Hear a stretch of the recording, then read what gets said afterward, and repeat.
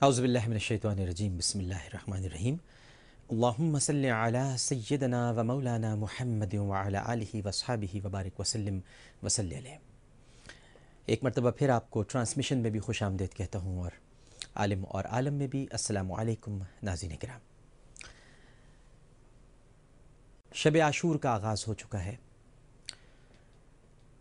اور یہ خطبات کی شب ہے۔ امام علی مقام سیدنا حسین رضی اللہ تعالی عنہ آج کی پوری رات اپنے اصحاب کرام اور اہل بیت سے گفتگو کرتے رہیں گے، خطبات دیتے رہیں گے، کیونکہ کل ایک بہت بڑے سفر پہ روانہ ہونا ہے۔ گو کہ آج پوری دنیا میں ہماری ٹرانسمیشن دیکھی جا رہی ہے، لہٰذا متحدہ عرب امارات، سعودی عرب اور دیگر خلیجی ممالک میں، برطانیہ میں، امریکہ میں آج یوم عاشور ہے، لیکن یہاں پر شب عاشور ہے پاکستان میں، بھارت میں اور دیگر ممالک میں۔ تو آج دراصل درس دینے کی شب ہے۔ میں نے عرض کیا کہ کل بہت بڑا سفر ہے، بہت بڑے سفر پر روانگی ہے، اور یہ سارے نفس مطمئنہ ہے۔ یا ایتھا النفس مطمئنہ ارجعی الی ربک راضیۃ مرضیہ فادخلی فی عبادی وادخلی جنتی۔ یہ سارے نفوس تیار ہیں، بس چونکہ بہت سے ایسے بچے بھی ہیں جنہوں نے نبی کریم صلی اللہ علیہ وآلہ وسلم کی زیارت کرنی ہے، اپنے دادا کو دیکھنا ہے، اپنی دادی کو دیکھنا ہے، تو بس ان کی تیاری ہو رہی ہے کہ دادا ملیں تو اس طرح سے انہیں سلام کرنا ہے، دادی ملیں تو اس طرح سے ان سے گفتگو کرنی ہے، اور سب کو شہید ہونا ہے صبح، سب کو مقامات دکھائے جا رہے ہیں، ایک ایک صحابی کو اور اہل بیت کے ایک ایک فرد کو امام علی مقام سیدنا حسین رضی اللہ تعالی عنہ اس وقت ان کے مقامات دکھا رہے ہیں۔ خوف خدا سے سرشار ہیں، خشیت الہی سے معمور ہیں، اور یہ کوئی پہلی بات نہیں ہے اور پہلی رات نہیں ہے امام حسین کے لیے۔ امام حسین رضی اللہ تعالی عنہ کے ناظرین، خوف خدا کا یہ عالم تھا کہ ایک مرتبہ منبر پر خطبہ ارشاد کرنے کے لیے کھڑے ہوئے تو ابھی اللہ رب العزت کی حمد و ثنا ہی کی تھی کہ آنسوؤں کی وجہ سے آپ کی آواز رند گئی، اتنا روئے کہ آنسوؤں سے ریش مبارک تر ہو گئی۔ لوگ کہنے لگے کہ آپ کیوں آنسو بہاتے ہیں؟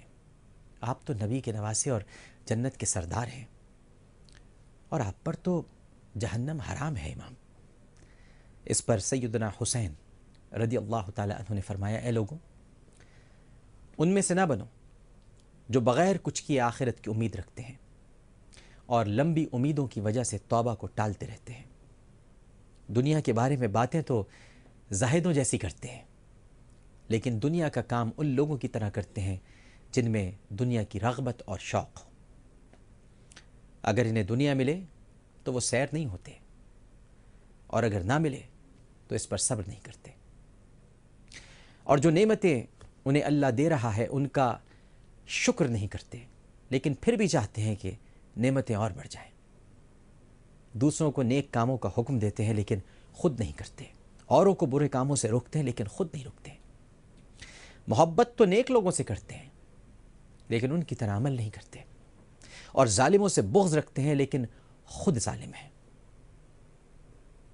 پھر فرمایا کہ دنیا کے جن کاموں پر کچھ ملنے کا صرف گمان ہے، ان کا نفس ان سے وہ کام تو کروا لیتا ہے، اور آخرت کے جن کاموں پر کچھ ملنے کا یقین ہے، ان بدبختوں سے وہ کام نہیں ہوتا۔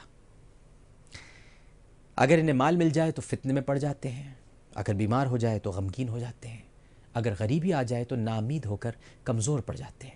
یہ گناہ بھی کرتے ہیں اور نعمتیں بھی استعمال کرتے ہیں۔ عافیت ملتی ہے تو شکر نہیں کرتے، اور جب کوئی آزمائش آتی ہے تو صبر نہیں کرتے۔ ایسا نظر آتا ہے کہ جیسے دوسروں کو موت سے ڈرایا گیا ہے، انہیں نہیں، اور آخرت کے سارے وعدے وعید دوسروں کے لیے ہیں، ان کے لیے نہیں۔ بے شک آدمی صرف اپنے آپ کو پہچان کر ہی نجات پا سکتا ہے، اور آدمی اپنے ہی ہاتھوں ہلاک ہوتا ہے۔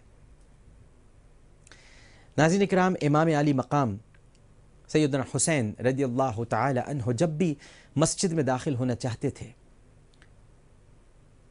دروازے پہ کھڑے ہو کر معبود حقیقی سے یہ فرماتے تھے: خدایا، تیرا مہمان تیرے در پہ کھڑا ہے، اے احسان کرنے والے پروردگار، ایک گنہگار تیرے در پہ کھڑا ہے، تو نے تو خود حکم دیا ہے کہ خطا کاروں کی خطائیں بخش دو، اور قلم عفو سے ان کی غلطیوں پر خط کھینچ دو۔ اے میرے رب کریم، تو مہربان اور گناہوں کا معاف کرنے والا ہے، اور میں گنہگار ہوں، مجھے معاف فرما۔ یہ امام حسین کہہ رہے ہیں ناظرین رضی اللہ تعالی عنہ، جن سے گناہ کا شائبہ بھی نہیں ہے۔ ایک روز فرمایا کہ سب سے زیادہ بلیغ اور مؤثر وعظ یہ ہے کہ انسان قبرستان کو دیکھ کر عبرت حاصل کرے۔ سب سے زیادہ سخت گناہ وہ ہے جو کرنے والے کی نظر میں چھوٹا ہو، اور سب سے زیادہ مستحق 3 شخص ہیں: وہ عالم جس پر جاہل کا حکم چلے، وہ شریف جس پر کمینہ حاکم ہو، اور وہ نیکوکار جس پر بدکار مسلط ہو۔ اور سب سے اچھا کلام وہ ہے جس کی تصدیق عمل کرے۔ سب سے زیادہ مصیبت اس شخص پر ہے جس کی ہمت بلند، مروت زیادہ اور حیثیت کم ہو، اور سب سے زیادہ احمق شخص وہ ہے جو دوسروں کی رذیل صفات کو تو برا سمجھے مگر خود ان پر جمع ہوا ہو۔ بے شک اللہ سبحانہ و تعالی کی سب سے بڑی نعمت یہ ہے کہ انسانوں پر گناہوں کا کرنا دشوار ہو جائے۔ بے شک زمین کا پیٹ مردہ اور اس کی پشت بیمار ہے، یعنی پیٹ میں مردے دفن ہیں اور پشت پر جو زندہ ہیں وہ مصیبت میں مبتلا ہیں۔ بے شک تنگ دستی نفس کے لیے ذلت کا باعث، عقل سے دور کرنے والی اور غم و فکر بڑھانے والی ہے۔ بے شک دلوں میں برے برے خیالات گزرتے ہیں مگر نیک عقلیں ان سے باز رکھتی ہیں۔ بے شک دنیا اور آخرت کی مثال ایسی ہے جیسے کسی شخص کی 2 بیویاں ہوں کہ جب ایک کو راضی کرتا ہے تو دوسری ناخوش ہو جاتی ہے۔ بے شک دنیا مصیبتوں کا گھر ہے۔ جو شخص جلدی کے ساتھ اس سے رخصت ہو جاتا ہے، اس کی اپنی جان پر مصیبت آ جاتی ہے، اور جسے کچھ مہلت ملتی ہے تو وہ فکر معاش، دوست احباب اور عزیز و اقارب کی جدائی کی مصیبت میں مبتلا ہو جاتا ہے۔ یہ امام عالی مقام، نواسۂ رسول، جگر گوشہ بطول، سیدنا حسین رضی اللہ تعالی عنہ کے کلمات ہیں۔ میں نے عرض کیا کہ ایسے ہی کچھ کلمات اس وقت کربلا کے میدان میں بھی دیے جا رہے تھے 61 ہجری میں۔ آپ کو اگر یہ معلوم ہو ناظرین کہ کل آپ کو قتل کیا جائے گا، آپ کو جان سے مار دیا جائے گا، تو شاید اس خوف سے ہی آپ رات ہی رات انتقال کر جائیں، اور اگر یہ بات مجھے بھی پتہ چلے تو شاید یہی میرا بھی عالم ہو۔ لیکن قربان جاؤں کربلا کے شہیدوں کے، میرے ماں باپ قربان ان شہداء کی عظمت پر کہ جنہیں معلوم ہے کہ وہ صبح قتل کر دیے جائیں گے، اس کے باوجود مسکرا رہے ہیں۔ 3 دن کے بھوکے پیاسے ہیں، اور ایک روایت کے مطابق 5 دن کے بھوکے پیاسے ہیں، لیکن زبان پر ناشکری کے کلمات نہیں ہیں، شکر گزاری ہے، ستائش گوئی ہے، حمد ربی ہے، اللہ کا ذکر ہے، تلاوت کلام پاک ہے، خدا کا شکر ادا کر رہے ہیں۔ اے اللہ تیرا لاکھ لاکھ شکر کہ تو نے ہمیں منتخب کیا۔ جو قربانی حضرت اسماعیل علیہ السلام کے لیے تو نے مختص کی تھی، اور جسے تو نے اپنے ہی حکم سے ٹالا اور ایک دمبے کے ذریعے سے اس قربانی کو قبول کیا، آج اس کی تکمیل ہمارے لہو سے ہو رہی ہے۔ اے اللہ ہم اتنے خوش نصیب ہیں، اے اللہ ہم تیرے اتنے پیارے ہیں